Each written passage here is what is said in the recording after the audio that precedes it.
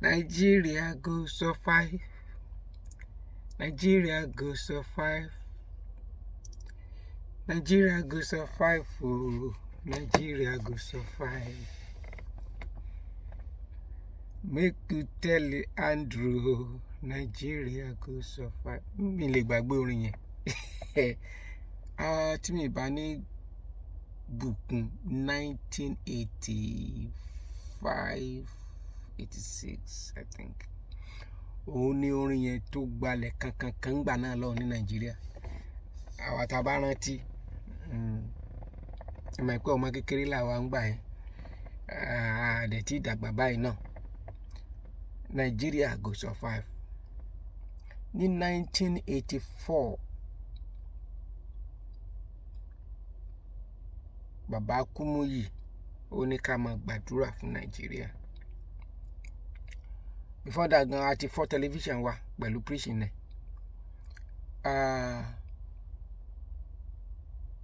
Àwọn kan dẹ̀ ṣe ń gbàdúrà báyìí náà, which is good. Àdúrà dáa, máa ń ṣì mí gbọ́. Ní ẹnu ọjọ́ mẹ́ta yìí,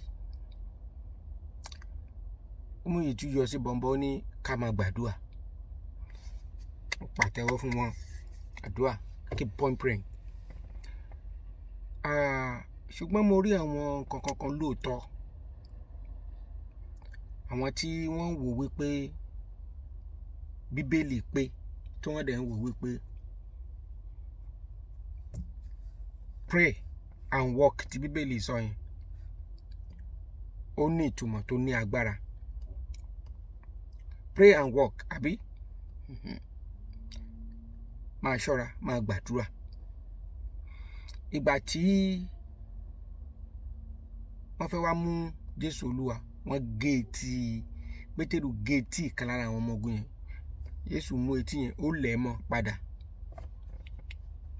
But ó sọ nǹkan kan fún, ó ní kó tọ́jú idà rẹ̀ sí àkọ̀, kó fi idà yẹn pamọ́, torí ó sì máa wúlò fún. Right? Paul Adéfarasin ó jáde, kì í ṣe politician, ó yọ sí bọ̀m̀bọ̀, ó sọ pé báyìí kàṣà báyìí káwòdì. Ṣé o rí gbogbo àwọn tí wọ́n pera wọn níjọba yìí?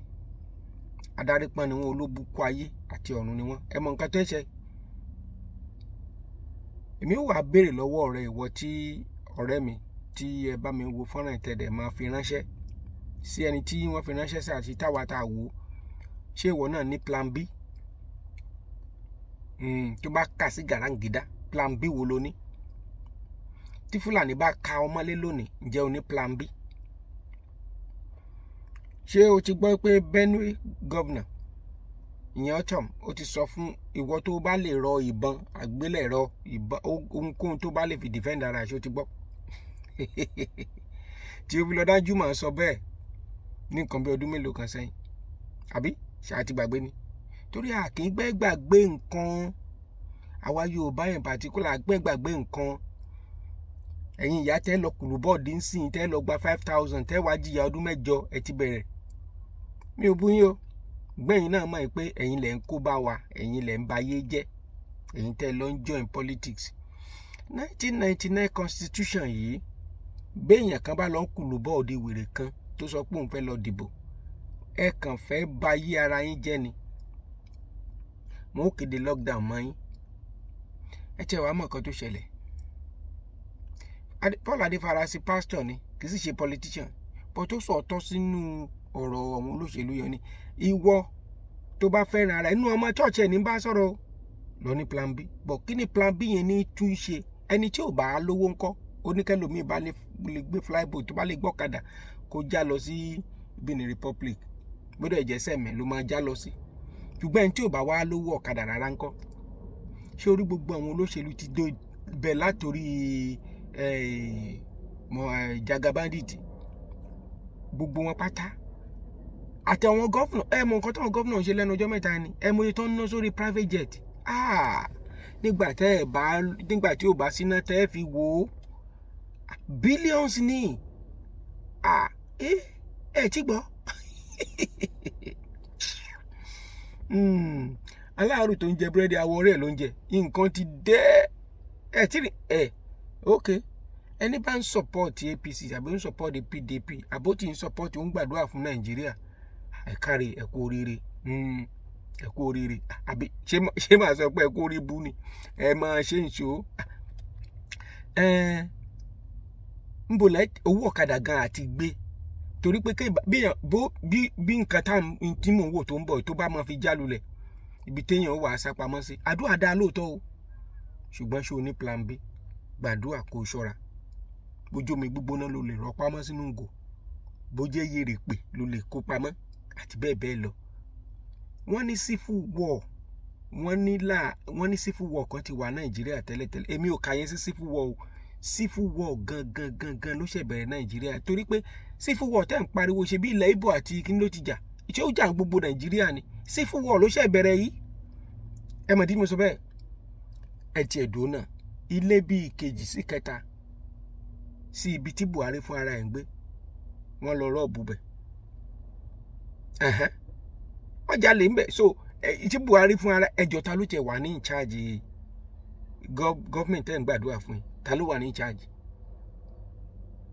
Sátánì ṣé rí ilé tán bá ti fi tọ́ mọ èrè ló máa ń padà wò bẹ́ẹ̀ ni then tàbá wá ní ká gbò dáadáa ṣé Nàìjíríà tiẹ̀ nítumọ̀ kí ló ń jẹ́ Nàìjíríà ìlú táwa wà báyìí ó nítumọ̀ torí pé èdè wọn ni wọ́n ń sọ ilẹ̀ wọn ni wọ́n ti ń sọ wọ́n gbèdè ara wọn èdè kan àṣà kan ìwà kan ìwọṣọ kan American food wà ṣé oúnjẹ wa jọra ní Nàìjíríà ṣé oúnjẹ Yorùbá ṣé ó jọ ti Fúlàní ẹ jẹ́ àṣọ ọ̀tọ̀ọ̀rọ̀ ẹ gbọ́dọ̀ àwọ̀ wa ṣé ó rí bákan náà èdè tá à ń sọ lẹ́nu ilẹ̀ wa ṣé ó rí bíi tilẹ̀ Fúlàní Ọlọ́run dẹ̀ ti wá pín ó pín gédéǹgbé ló pín Ọlọ́run pín gédéǹgbé lọ́lọ́run pín so bẹ́ẹ̀ nìkan bá wá ń sọ fún mi tó sọ pé tí mò ń sọ yẹn àpò ara mi mò ń sọ sí fine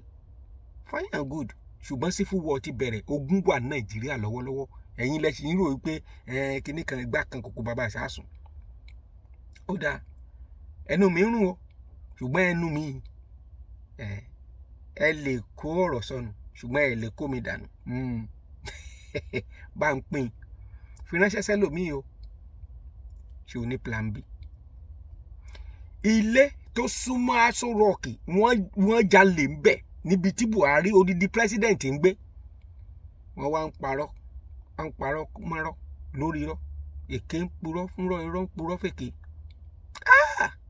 ó mà ṣe o kí èèyàn kan sì jẹ́ ó pera rẹ̀ níránṣẹ́ Ọlọ́run àbí ìránṣẹ́ Sátánì kó sì jókòó sí ìlú Nàìjíríà yẹn ká má sọ òótọ́ jáde àwọn pásítọ̀ kọ̀ọ̀kan jáde àwọn imam kọ̀ọ̀kan jáde àwọn cleric kankan wọ́n sọ̀rọ̀ ẹ jẹ́ kẹ́yìn tẹ́ pera yín ní bàbá àgbàlagbà nínú Ọlọ́run wọ̀nyí ẹ jáde ẹ mọ́ kẹ́mi àwọn ọmọ ọjọ́ yín ṣòfò ẹ ti ní plan B Adébóyè ní plan B bẹ́ẹ̀ ni gbogbo ẹnu mo sọ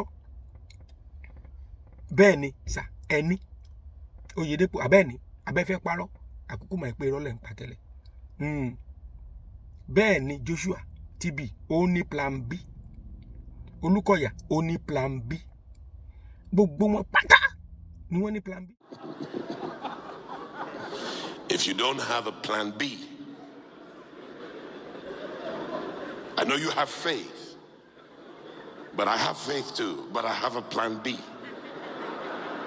And with technology, I can speak to you from anywhere in the world. Get yourself a plan B, whether that's an Okada to Cameroon, or a flying boat or speedboat as we call them, to Seme-Border, or, a hole in the ground, a bunker. Get a plan B, because these people are crazy. They're nutters, the whole bunch of them.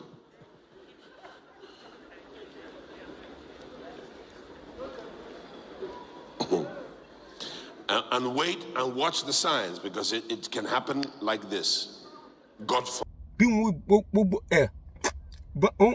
ṣe rí o tọrọ ọmọ ìyá àsọkúsọ ni ìṣẹ́jú tí mo ní péréte ni mo kàn ní kí wọ́n á sọ fún yín ni pé gbogbo àwọn èèyàn tó wà Nàìjíríà sọ fún wọn kí wọ́n máa pariwo kò sẹ́ni tó lè ṣe Nàìjíríà lọ́wọ́lọ́wọ́ ẹ jẹ́ kó ní kálukú padà sí tẹ́ǹtì ẹ̀ die tent o Israel ká padà sí tẹ́ǹtì wa ká wá lọ tún ṣà má jà fún Nàìjíríà mọ́ o Nàìjíríà ń ṣèlú o ọ̀run àpáàdì ó bẹ́ta ṣẹ́rí ọgbà ẹ̀wọ̀n nílùú òyìnbó ó bẹ́ta kéèyàn máa rìn kiri Nàìjíríà I'm telling you this ṣebí mo ti tọ́ gbogbo ẹ̀ wò mo ti rí bó ṣe rí anígbà tí irú wa ẹ̀ wà nílé